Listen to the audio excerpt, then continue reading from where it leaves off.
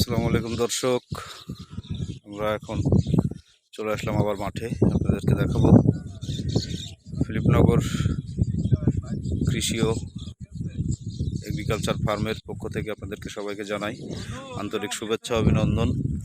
এই যে দেখতে পাচ্ছেন আমার বন্ধু শিমুল, সে গরুর রাখালি করছে। বন্ধু শিমুলের এই অভিজ্ঞতা, নতুন অভিজ্ঞতায় কেমন লাগছে বন্ধু?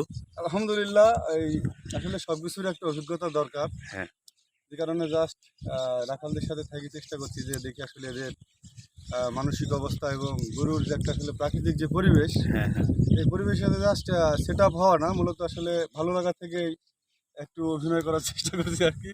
যাই হোক, সবাই ভালো থাকবে। হ্যাঁ, আসলে মানিয়েছে বন্ধু শিমুলকে। লাঠি এবং বগলে ছাতি, ঘাড়ে গামছা, পরনে লুঙ্গি। হ্যাঁ, এখানে আসলে অনেকগুলো গরু আছে এবং এই গরুগুলোর খাদ্য ন্যাচারাল খাদ্য খাবার এই গরুগুলো খেয়ে থাকে। সাধারণত এটা চারণভূমি, এটা হচ্ছে ফিলিপনগর পদ্মার চরের একটি চারণভূমির একটি অংশ বিশেষ আর কি। এখানে অনেকগুলো গরু দেখতে পাচ্ছেন খাচ্ছে খুব নিরিবিলি। এই পাশে আরো কিছু ভেড়া আছে, কিছু দেশি ভেড়া।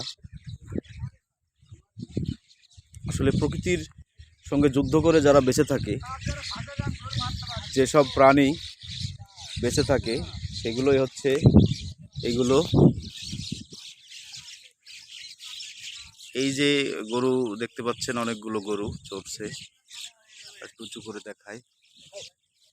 এই যে গরুগুলো চড়ছে, এইগুলো আসলে এই চর অঞ্চলের মানুষেরই গরু, যাদের জীবনযাপন এই গরুগুলোর সাথেই।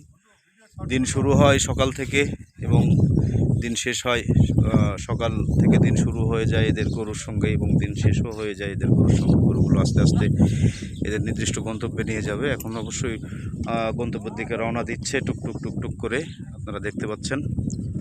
তো ধন্যবাদ, সঙ্গেই থাকবেন। এরকম আরও কিছু প্রাকৃতিক